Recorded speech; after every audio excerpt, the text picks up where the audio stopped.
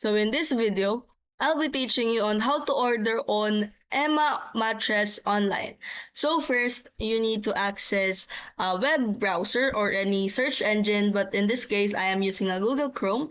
And after that, you need to utilize the search bar, which is you will search for the emma-sleep.com. Once you're in, you will see this page and you will be able to add cart any mattresses based on your preference. So in this case, for example, we wanted to order mattress or even beds, pillows, or any accessories. So basically, just have to click any of these categories. So for example, in beds, you will be going to click the bed section and you will redirect to this page. And now you'll be able to add to cart is this one. So for example, this signature bed, just click on that and kindly modify the size and the mattress as well based on your preference.